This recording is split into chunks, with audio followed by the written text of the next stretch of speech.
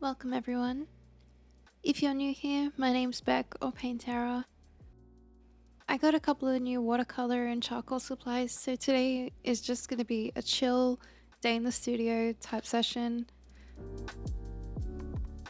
So for the watercolor supplies, I picked up the Qor 12-pack Introductory set, which I'll be swatching out here in a minute, with the exception of Nickel Azo Yellow and Payne's Grey, because they were in the Ali Carbothello set, which I've already swatched.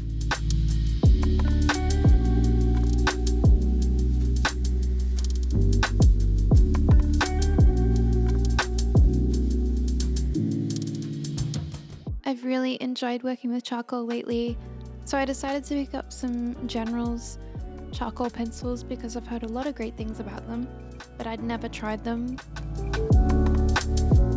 And I also picked up a Carbothello white pastel pencil as well. Speaking of charcoal, I've been trying to build up my art book collection, and what better place to start than with the Nathan Fowkes How to Draw Portraits in Charcoal book. I find his work to be very inspirational, so I felt like this was a really good place to start. And let me tell you, this book did not disappoint. I immediately felt inspired. I got my dough and charcoal on my newsprint out and I picked a reference, and a few hours later I had this portrait. I can't wait to do more charcoal portraits in the future. So I started out the day by swatching out the Qor Introductory Watercolor set.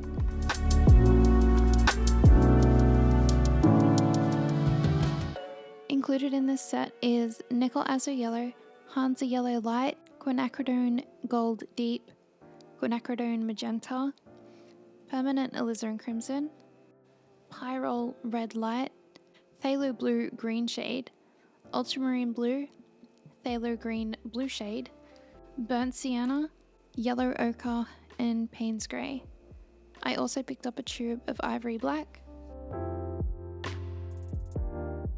As I mentioned earlier, I won't be swatching out the Nickel Azo Yellow and the Payne's Grey because they were duplicates from the Ali Carbothello set, which I've already swatched at the top of this page.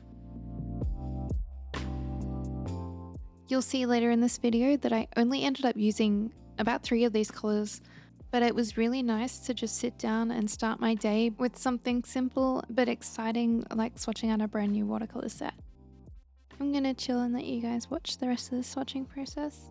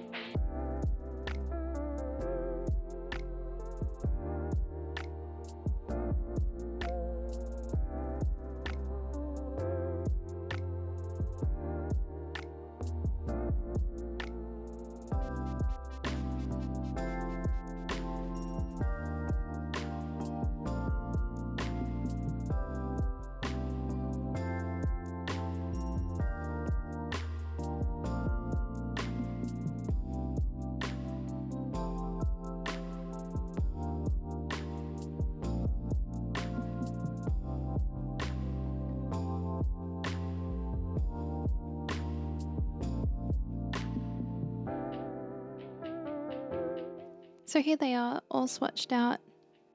Just like with the Ali Carbothello set, I really enjoyed playing with these, and I can't wait to explore them more in the future.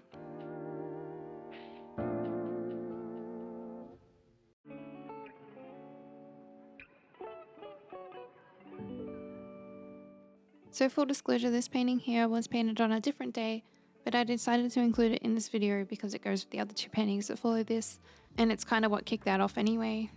And I really love the way this piece turned out. The process of it, I really enjoy watching back, so I thought a few of you might as well.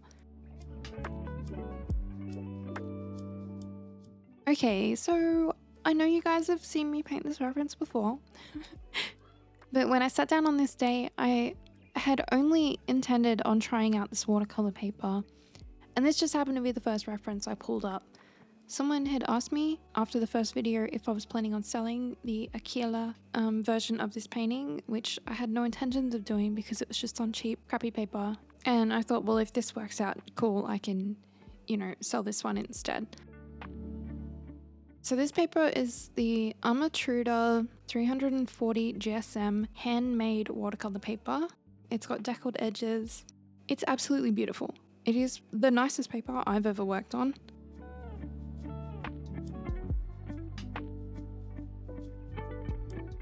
I have very little experience with Fabriano and Arches because I've always been too scared to invest in pricier watercolor paper out of fear of ruining it. So, watercolor enthusiasts, please don't come for me. I just haven't taken that leap yet, but it is something that I want to look at in the future because I'm starting to get more confident in my watercolor skills, and I think it's time.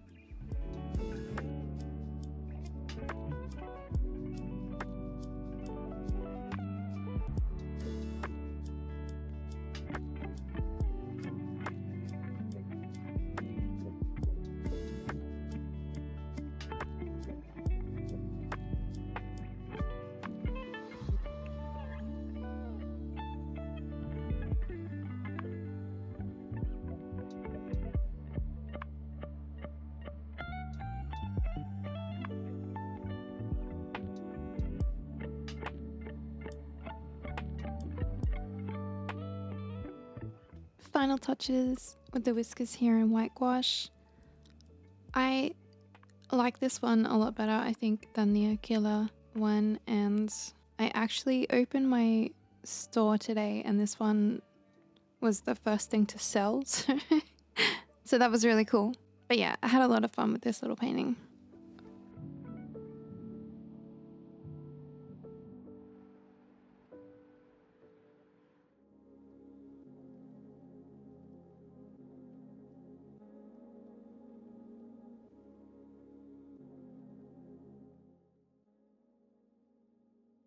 Here I'm just working with ivory black to paint this little bat study. I haven't painted a bat before, so it's kind of nice to branch out a little bit.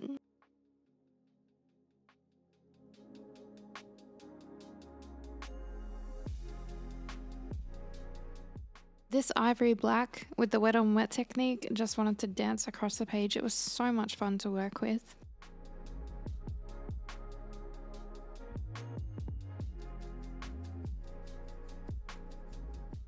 I decided to really take my time with building up my values in this painting, although I was able to lift quite well off this paper, which was really nice too.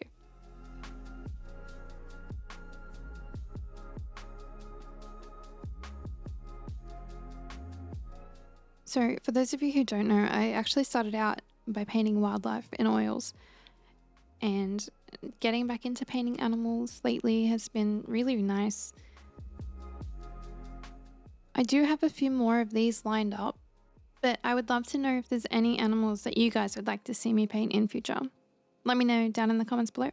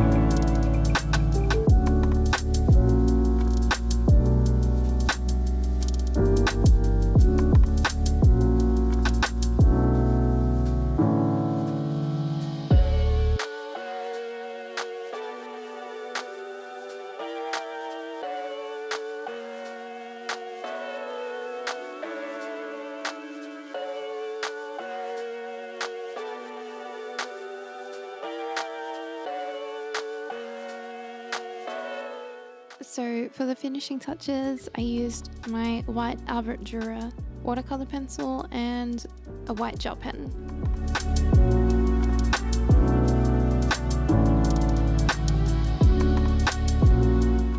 So I think this little painting right here might be one of my favorite animals that I've ever done. It's just really freaking cute. So after that one, I was feeling really ambitious. So I went ahead and dropped 3 more. Here I am trying to decide which one to go with. So I pulled out my sketchbook and decided to look at the swatches that I'd done, hoping that I would, kind of get inspired by something. I kept going back to Payne's Grey and Ivory Black. Obviously with the crow, it was a good color palette for that. The frog, I had a different color palette in mind. And I have started both of those, but I ended up going with the owl. And just picking a very simple, but I thought it was really effective palette of Payne's Grey and Burnt Sienna.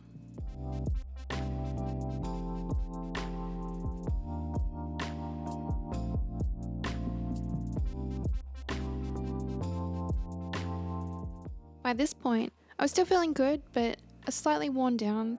I could see what I wanted to do with this one, and I knew that I could knock it out pretty easily, and it only ended up taking me about half an hour to do. Just using light washes of Payne's Grey and slowly building up the values that I wanted, which weren't very deep except for the background.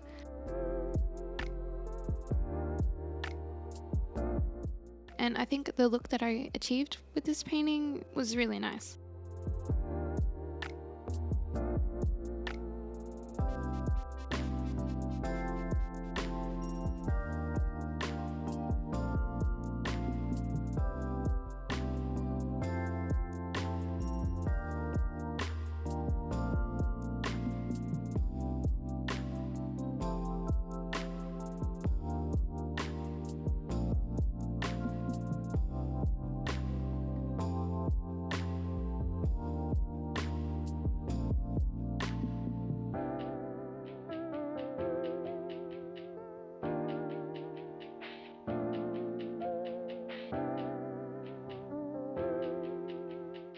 I love the way this Payne's Grey background just kind of made the entire painting pop.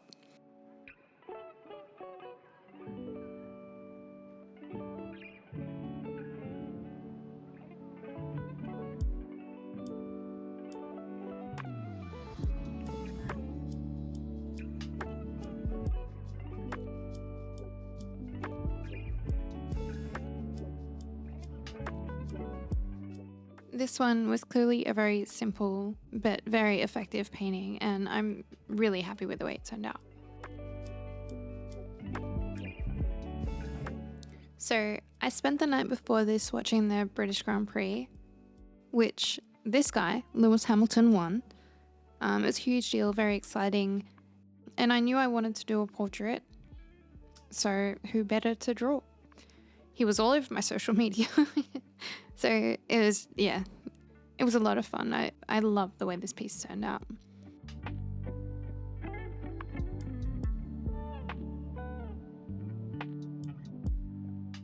These General's charcoal pencils are an absolute dream to work with as well. All I've ever really used is the Derwent charcoal pencils, which I'm not a huge fan of. These were definitely a lot nicer to work with.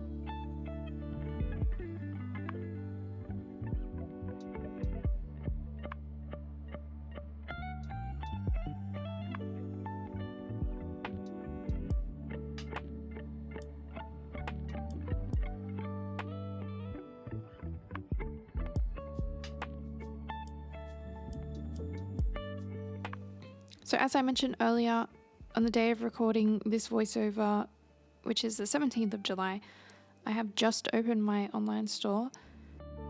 The 3 watercolor paintings that I did, I posted for sale.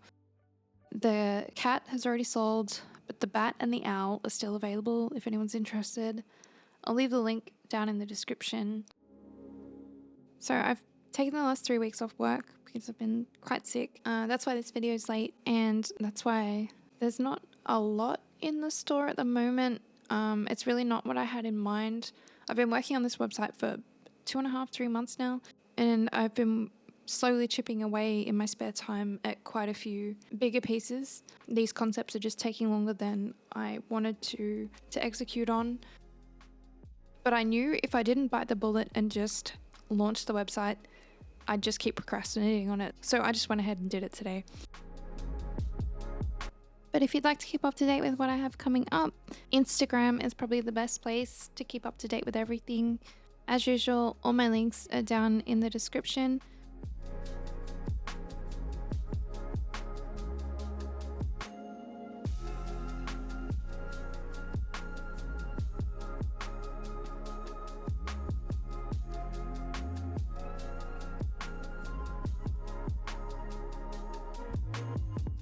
But that's it for this one. Please don't forget to like and subscribe. It really helps me out. Thank you guys so much for watching, and I'll catch you in the next one.